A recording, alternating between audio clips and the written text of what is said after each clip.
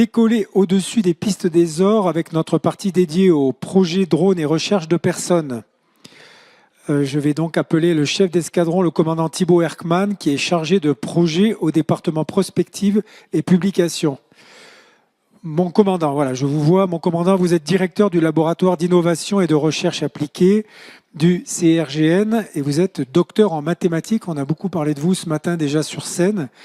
Vos recherches en sont où dans le domaine des projets drones et recherche en personne?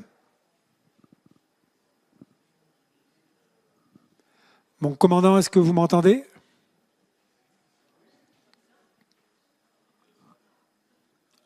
On l'a vu un petit peu à l'image.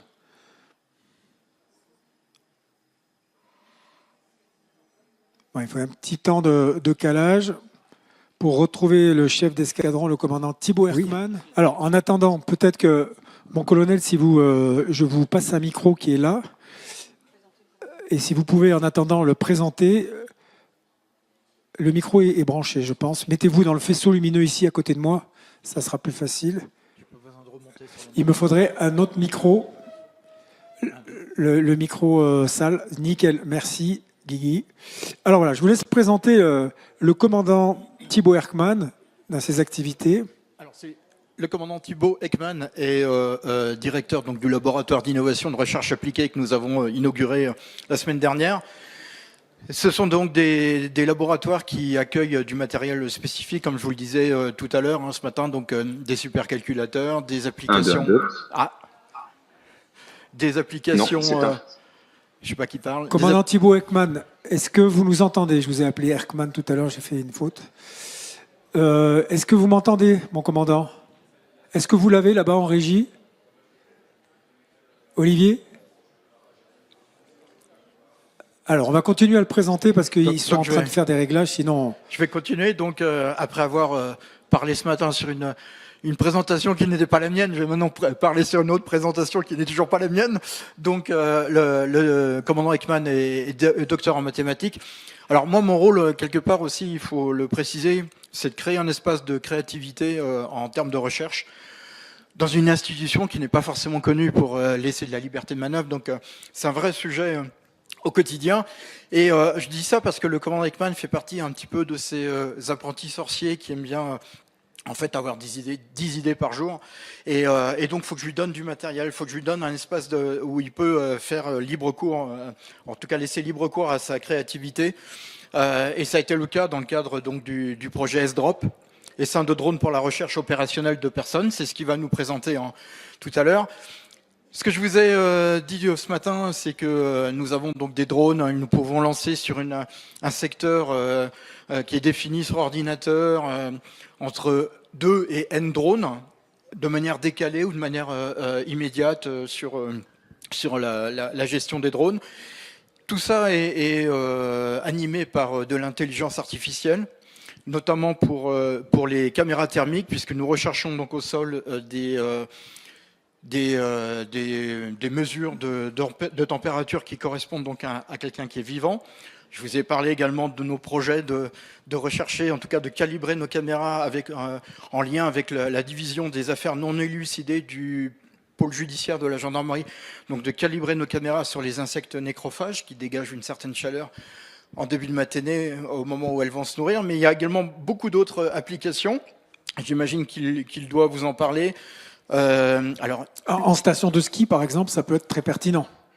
En station de ski, ça peut être très pertinent. Par rapport à la recherche en avalanche, par rapport aux personnes qui sont perdues dans la montagne. Exactement. Alors, comme je vous l'ai dit, par rapport à 95% du territoire qui est confié à la zone gendarmerie, tous les jours, et surtout toutes les nuits, nous avons des personnes à rechercher partout en France, parce que tous les jours, il y a des personnes s'égarent. L'application des essaims de drones est également disponible pour la recherche de personnes en fuite. Donc, vous voyez qu'on a plusieurs applications également. Alors, il y a d'autres aspects, je crois qu'il y a une frontière pas très loin, etc. Il y a d'autres aspects pour lesquels on peut appliquer ces essaims de drones. Et on a d'autres applications, en tout cas on envisage dès à présent également de pouvoir calibrer nos caméras pour la recherche de personnes ensevelies. Évidemment, on pense à la neige ici, mais ensevelies également sous des décombres. Et le le terme ultime de cette recherche nous emmènera également à développer un scan. Donc c'est toujours par des drones, mais sur des personnes qui seraient immergées, puisqu'il y a des zones qu'on ne peut pas fouiller, on va dire, soit parce que la profondeur est insuffisante, soit parce que la zone à fouiller est trop importante. Donc les essaims de drones sont très intéressants pour ça. Alors il y a tout un... C'est plus intéressant qu'un pilote de drone, par exemple, qui aurait été formé, qui serait seul et qui ferait des recherches. Vous avez parlé de l'intelligence artificielle qui gère cet essaim de drone. Quelle est votre préférence à l'heure actuelle? Alors je veux surtout pas rentrer dans des conflits de compétences parce que tous ces outils en fait sont là pour améliorer notre capacité à identifier des personnes qu'on recherche. Disparu. Alors tout dépend en fait, c'est du contexte. Si vous avez par exemple une visibilité à 2 mètres et que l'hélicoptère par exemple ne peut pas voler et que la zone est très très très étendue, un essaim de drone ça a du sens. L'IA par exemple gère également parce que je parle des caméras thermiques et les caméras optiques qui sont sur ces drones, mais on a aussi la gestion de toute l'alimentation. C'est-à-dire que l'IA va faire revenir le drone à sa base pour changer les batteries et repartira là où il en était.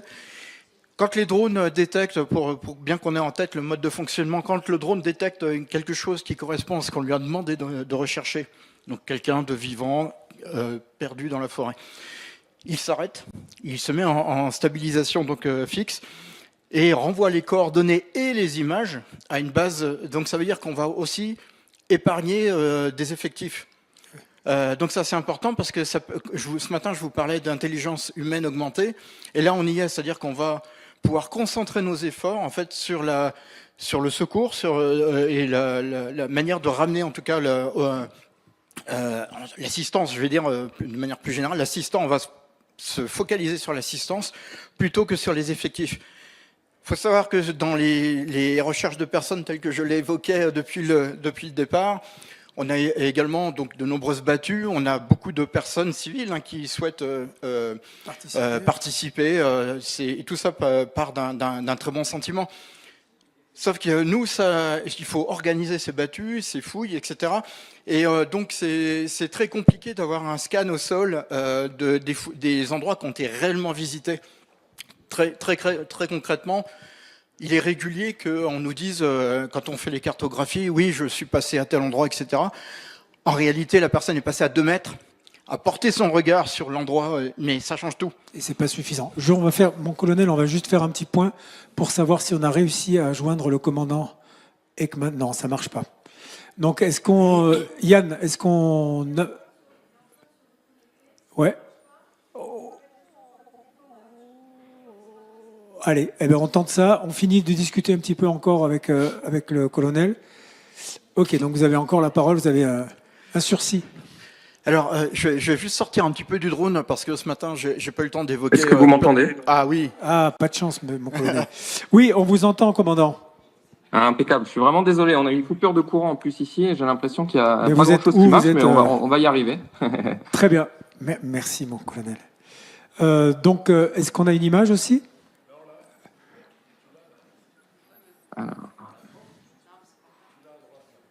Du coup, est-ce que vous pouvez projeter du coup la présentation, parce que je suis avec le téléphone du coup. Oui. C'est bon pour vous, Yann, tout le monde? Allez, c'est bon. Je pense que vous pouvez commencer quand vous voulez, mon commandant. Voilà. Et est-ce que du coup on pourrait avoir un retour sur les diapos qui sont projetés, parce que du coup je les vois pas là. Ah ben il faut les deviner. Voilà, impeccable. Là c'est bon, on est très bien. Merci beaucoup, voilà. Merci. Voilà, donc je suis vraiment désolé pour les problèmes de connexion. Il n'y a pas de souci, vous n'y êtes pour rien. Voilà, donc je vais commencer la présentation pour pas prendre de retard. Donc moi je suis le directeur du laboratoire d'innovation et de recherche appliquée au sein du centre de recherche de la gendarmerie et on traite de pas mal de sujets en fait de recherche et de développement pour aider un petit peu les unités de terrain. Et nous, dans notre laboratoire, on va vraiment développer des nouveautés pour le terrain. Donc là, c'est une des nouveautés qu'on va vous présenter, qui est celle du développement des essaims de drones, donc équipés de capteurs thermiques ou optiques. Mais vous allez voir un peu dans la présentation qu'on peut mettre pas mal d'autres capteurs sur les drones pour essayer finalement de localiser des personnes disparues qui sont soit vivantes, et comme on vous présentera à la fin de la présentation, elles peuvent être également décédées sur 2 phases différentes, qu'on appelle la phase 2 entre 0 et 12 heures après le décès, ou sur la phase 3 après 12 heures. Et donc finalement, les signatures thermiques ou les informations qu'on va essayer de capter sur le terrain sont un petit peu différentes. On va pouvoir passer la slide. Merci. Donc là, je pense que finalement, un visuel vaut mieux que 1000 mots. Sur l'image en bas à droite, là, vous avez finalement une image optique classique qu'un drone peut prendre à une altitude d'à peu près 10 mètres. Donc ce qui est pas si important, hein, mais ce qu'on peut voir, c'est qu'à première aperçu qu'on peut voir sur cette image, c'est que la localisation d'un individu, finalement, elle peut être assez compliquée en fonction soit du visuel de ce qu'il peut y avoir en dessous, soit des effets d'ombre ou ces choses-là. Et finalement, si on essayait d'utiliser des outils d'intelligence artificielle sur l'image optique que vous avez ici, finalement, on aurait un taux d'identification des personnes ou pour la recherche de personnes qui serait très très faible. Donc l'idée, c'est c'est d'avoir des drones qui sont également équipés de caméras thermiques. Et comme vous pouvez le voir sur l'image en bas à droite, on a développé en fait des algorithmes qui nous permettent de retrouver les signatures des silhouettes humaines. Et finalement, le drone, une fois qu'il va finalement scanner, et on va utiliser l'intelligence artificielle derrière pour retrouver les silhouettes humaines, le drone va immédiatement en fait s'arrêter sur la zone qui a été localisée. Et comme vous pouvez le voir sur les images qui se situent au-dessus, le drone en fait va s'arrêter automatiquement sur ce qui pour lui est une signature de corps humain. Et finalement, à partir de ce moment-là, le drone va aller se repositionner pour passer en visuel optique, mais d'une manière beaucoup plus proche sur la cible qu'il a entre guillemets verrouillée. Donc à partir de ce moment-là, en fait, là, c'est pas une interprétation qui est faite directement par un opérateur. On est vraiment sur quelque chose de tout à fait automatisé et qui est réalisé par le drone à partir on va dire des entraînements qu'on lui a donnés sur la signature des images humaines. Donc là, on va pouvoir passer les slides. C'est simplement pour le plan. Donc je vais vous montrer en fait nos premiers résultats. La première recherche a été finalement la synchronisation du vol de drone en essaim, puisque faire voler un drone par un opérateur, c'est quelque chose voilà qui s'apprend. Maintenant le drone, quand il doit voler en essaim, donc entre 2 et 25 drones, la synchronisation du vol est absolument essentielle pour pas qu'il y ait de collision et surtout, comme on le verra, qu'il n'y ait pas de zone morte dans la recherche. On regardera que il y a il y a beaucoup de facteurs qui dépendent de la qualité des images qu'on va récolter. Elles dépendront de la vitesse du drone, de l'altitude du drone et des conditions météorologiques, mais également des signatures des individus. La signature thermique d'un enfant de 5 ans n'est pas la même qu'une personne qui fait 80 kilos. Donc tout ça, ça passe par une synchronisation des vols pour pas qu'il y ait de zone morte.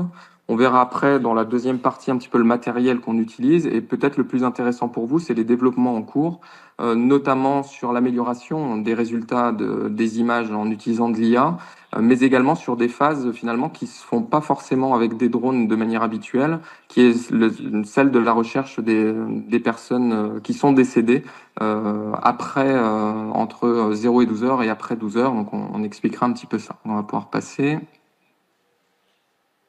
Voilà. Donc là, c'est la partie synchronisation des vols. Donc ça, c'est ce qu'on a développé.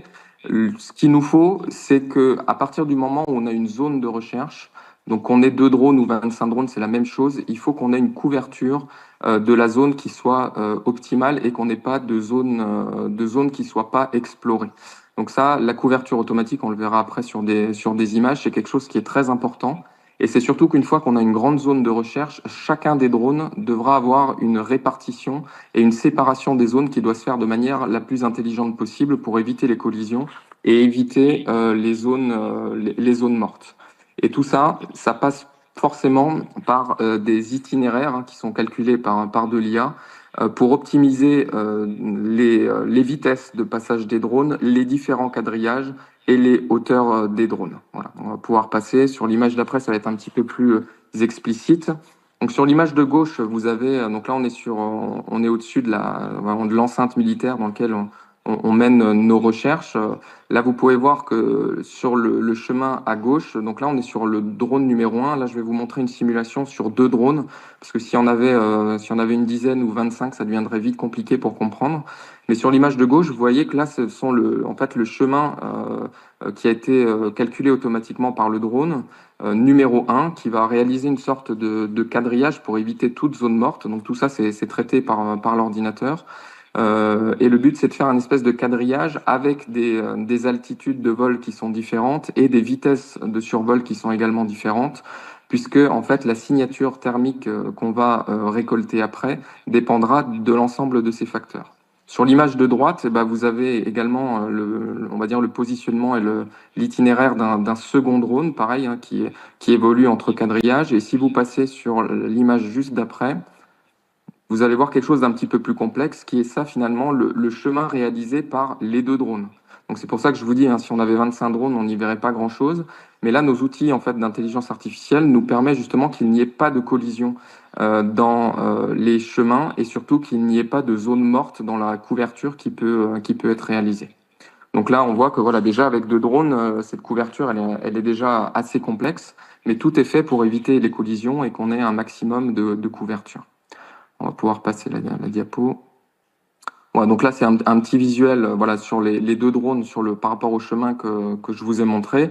Là, les 2 drones en fait, se regardent et en fait, ils se survolent. Là, ils ont à peu près 5 mètres hein, de différence dans leur mapping.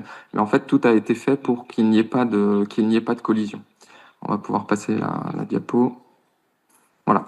Ce qui nous intéresse aussi, et ça a été une grande partie du travail, c'est que, étant donné que les images sont traitées par des outils d'identification, on va dire des silhouettes et des empreintes thermiques, ce qu'il nous a fallu également faire, c'est que finalement on ait en même temps une retransmission en temps réel des images du drone sur un serveur finalement sécurisé sur lequel on peut appliquer nos différents calculs.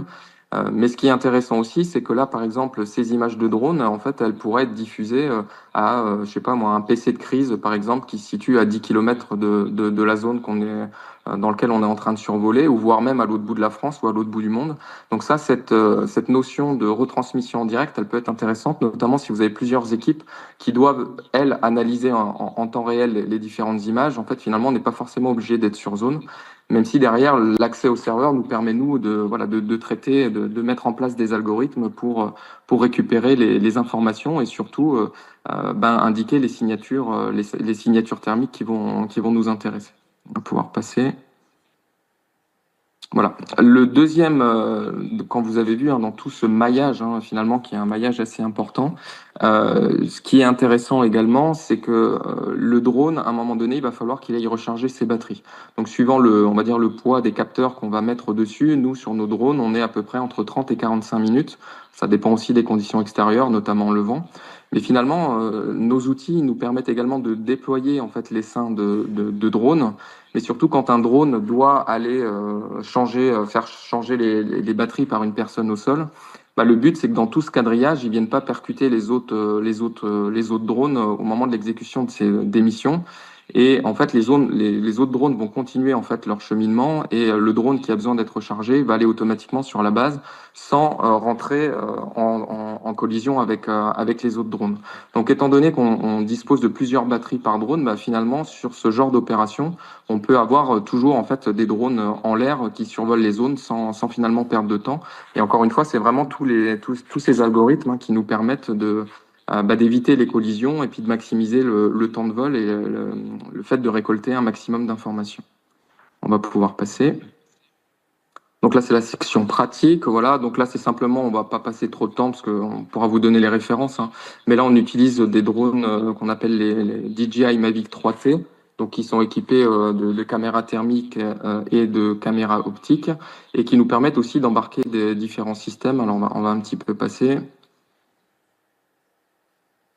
Voilà, donc ça c'est pour les caractéristiques. Hein. Vous avez un petit peu un retour visuel de ce qu'on peut avoir, notamment la signature thermique là sur l'image qui est à droite. Donc à gauche vous avez la signature thermique d'un individu. Le drone s'est calé automatiquement dessus. Et après vous avez, alors là c'est la position visuelle du drone au moment où il le détecte avec la signature thermique, on voit que finalement, si on passait le drone de manière assez rapide, la signature optique en fait nous permettrait pas vraiment d'identifier un individu, ça irait trop vite. Et donc finalement, le drone, une fois qu'il s'arrête à ce moment-là de la détection automatique, on va pouvoir en fait le déplacer un peu plus près de la cible en verrouillant la cible et en allant regarder un petit peu à côté. Voilà, on va pouvoir passer la slide. Voilà. Donc, ce qui est intéressant également, c'est alors, hormis les capteurs natifs, optiques ou thermiques, on va pouvoir également ajouter des capteurs supplémentaires sur nos drones. Donc, ça, c'est des développements que nous on fait, directement au sein du centre de recherche. C'est par exemple des capteurs. On va réaliser des circuits électroniques avec différents types de capteurs. Là, dans ce cadre-là, on équipe les drones en fait avec des équipements qui permettent de scanner en fait on va dire le Bluetooth, qui a une portée à peu près entre 50 et 100 mètres, et qui va nous permettre d'avoir accès à des adresses MAC des appareils électroniques qui peuvent être sur zone. Alors imaginons quelqu'un qui a disparu dans les bois, qui est porteur, je sais pas moi, d'une montre connectée, qui est conscient ou inconscient. En fait, c'est pas très grave puisque le drone va scanner en fait tout ça. Mais ce qui est intéressant du fait d'avoir un vol en essaim, c'est que quand vous faites voler un drone et que vous récupérez cette signature, vous avez simplement en fait finalement pas une localisation, mais une puissance de signal qui dépend en fait du positionnement de l'individu, mais la zone est très grande. Par contre, quand vous mettez au moins sur 3 drones ce type de capteur et que l'ensemble des 3 drones qui se situent à des positions différentes ont accès à ce relevé de puissance, par triangulation, en fait, on peut finalement obtenir une reconnaissance très précise du lieu où va se situer la personne. La problématique des drones, c'est qu'on peut pas, en tout cas sur ceux qu'on a, équipés avec des capteurs qui sont trop lourds. Donc nous, on développe vraiment nos propres capteurs pour optimiser un petit peu tout ça, notamment le pas embarquer des charges trop lourdes sur le drone, pour qu'on puisse finalement avoir un drone multicapteur qui nous permette d'optimiser nos chances de retrouver les personnes disparues. On va pouvoir passer. Voilà, ça c'est peut-être la partie qui est peut-être la plus intéressante pour vous, c'est les développements en cours. Donc hormis le fait que finalement maintenant on arrive à faire voler des essaims de drones et avoir une optimisation dans le chemin, nous notre but en utilisant des calculateurs qu'on a au centre, ça va être d'optimiser la qualité des images et surtout la qualité de détection automatique des signatures qu'on va pouvoir retrouver. Deuxième élément, c'est la caractérisation des signatures thermiques des personnes décédées. Donc on va y revenir un petit peu là-dessus, mais elle n'est pas la même que celle des personnes qui sont vivantes. Et après, ça va être surtout la différenciation des faux positifs, c'est-à-dire qu'on a des signatures des fois thermiques des animaux qui sont très proches, alors notamment des signatures thermiques des enfants, et donc on peut avoir beaucoup de faux positifs. Donc on travaille aussi beaucoup sur le fait d'optimiser finalement la détection en excluant les animaux et vraiment en se focalisant sur les signatures thermiques humaines. Il faut savoir que quand l'essaim est lancé et qu'un des drones a localisé une signature qu'il estime être une signature thermique, en fait, il va s'arrêter dans sa recherche pour finalement focaliser sur la zone qu'il a pu trouver.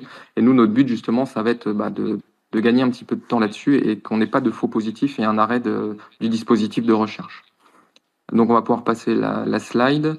Donc là, de manière assez rapide, c'est développement donc en cours. Là, vous avez donc la signature, ce qu'on peut avoir en drone avec on va dire un adulte qui fait à peu près 80 kg sur la droite et la signature thermique d'un enfant sur la gauche.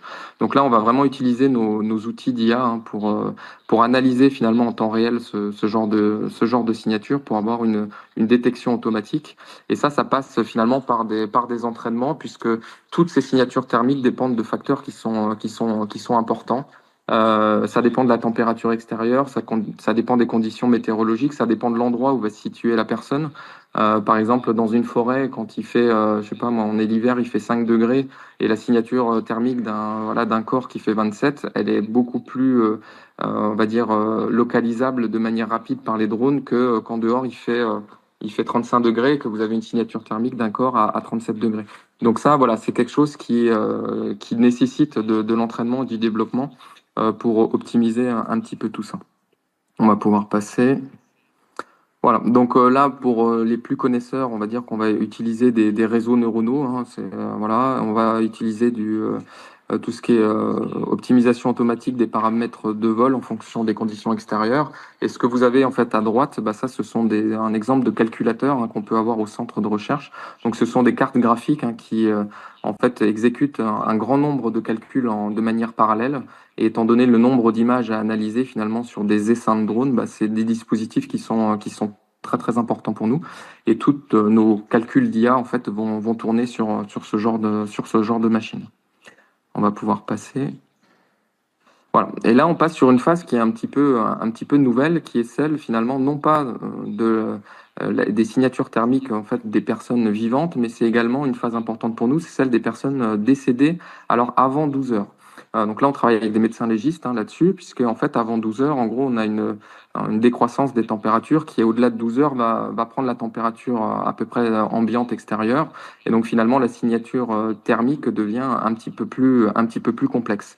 Mais en fait, on étudie aussi également des signatures de personnes récemment décédées. Et donc là, en fait, on a une décroissance qui dépend généralement du poids de l'individu, de la température extérieure et du délai en fait post-mortem. Et tout ça, en fait, ce sont des courbes. Donc, on met tout ça un peu sous forme d'algorithmie pour que justement, à partir de ce moment-là, comme vous avez vu, on peut faire de survol des seins de drone pour réaliser des captations de signatures thermiques, mais on peut refaire le même vol avec non pas la recherche de personnes vivantes, mais se focaliser sur des personnes récemment décédées. Et enfin, ce qu'on va appeler nous la phase 3, c'est la prochaine diapo. Voilà, donc là, je vous ai épargné les différentes images, mais du coup, ce qui peut être intéressant, c'est qu'étant donné qu'après 12 heures, le corps, en gros, prend la température extérieure, on a à partir de ce moment-là ce qu'on appelle des insectes nécrophages qui vont aller sur les cadavres. Et en fait, ce qui peut être intéressant pour nous, c'est qu'en fait, on se rend compte que ces insectes nécrophages peuvent, par leur grand nombre, leur grande présence, par exemple sur un visage ou notamment quand il y a des habits, mais ce qui peut être intéressant, c'est que ça va rendre finalement une nouvelle image de signature thermique. Et donc, on est en train de travailler ici donc avec des médecins légistes et des experts un peu spécialisés pour essayer de caractériser justement après 12 heures, après le décès, de voir comment les insectes nécrophages pourraient réaliser une nouvelle empreinte en fait thermique qui pourrait être captée. On essaye aussi de regarder au développement de capteurs un peu spécifiques, notamment dans le cadre de l'odorologie ou une approche olfactive. Ça peut être quelque chose également intéressant de développer ce genre de capteur pour essayer de capter ce genre de signature. Donc là, on est vraiment dans de la nouveauté et c'est un point pour nous qui est également important. Comme ça, on pourrait avoir finalement des drones qui soient capables de traiter l'ensemble de ces phases.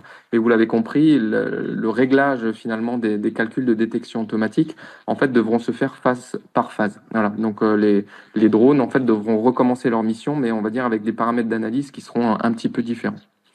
Mon Et enfin, commandant, je vous propose encore 5 minutes. Ça vous convient? Oui, je pense que je devrais être arrivé sur ma conclusion, si je me trompe pas, sur la prochaine slide. Donc après, on y est presque. Excusez-moi. voilà, on y est presque. Voilà, donc je conclus en 5 minutes. Il n'y a pas de problème. Donc pour terminer, comme je vous l'ai expliqué tout à l'heure, ce qui est aussi difficile pour éviter les faux positifs, c'est de différencier les signatures thermiques des humains et celles des animaux, parce que notamment dans les zones, alors nous on s'entraîne beaucoup dans les forêts, parce qu'à côté il y a la forêt de Fontainebleau, donc forcément on s'entraîne pas mal ici, mais en fait on voit beaucoup d'animaux et au final on a, voilà, à l'heure actuelle sur les modèles qui sont développés, en gros on a 25% de faux positifs. Et on aimerait bien descendre avec des nouveaux outils et des nouvelles puissances de calcul qu'on a eues à au moins 10%, justement pour gagner un petit peu de temps sur l'ensemble de ces recherches et améliorer finalement l'analyse en temps réel. Alors il faut savoir que la latence entre l'image du drone et le calcul qui est réalisé sur nos serveurs, il est à peu près entre 1 et 2 secondes. Donc ça aussi, ce sont des paramètres qui peuvent être importants pour nous. Plus on réduit ce temps de latence, plus finalement le calcul se fait de manière simple et le retour également de manière beaucoup plus rapide. Donc on va passer sur la dernière slide. Voilà, donc ça doit être ma conclusion. C'est finalement une image qui est aussi intéressante ici. Donc là, on est là, on est en zone forestière. Hein. Sur l'image de gauche, donc vous avez sur la cible rouge là, la signature thermique qui revient de manière automatique. Et finalement, sur l'image de droite, vous avez un zoom optique qui est fait, mais on se rend compte qu'il est difficile d'aller voir les individus. Et là, ce qui est important, c'est un petit peu le mapping, hein, le quadrillage que j'ai dit tout à l'heure, c'est que finalement, la localisation de cette personne-là n'a pas été faite sur le premier passage, mais sur le deuxième passage du drone. Puisque en fait, suivant les angles et suivant la végétation qu'il y a devant, vous avez beaucoup de réflexions, hein, sur le haut des arbres notamment, et les individus ont un petit peu tendance à aller se mettre sous un arbre.